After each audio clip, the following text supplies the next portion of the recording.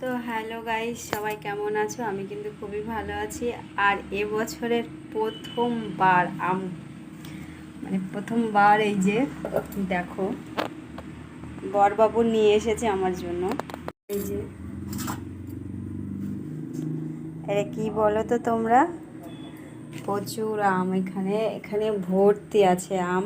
নিচে আম আছে এখানে প্রচুর। আপাতত এটা না, আজকে ডাল রান্না করব এইটা দিয়ে। আর আজকে খাবো আম ডাল। কেমন লাগে তো চলো।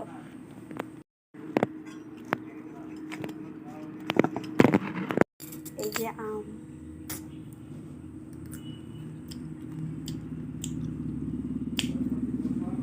সুপার। বেশি টক নেই, হালকা টক, হেভি লাগছে।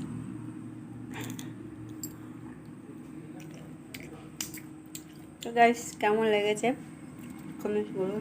টাটা।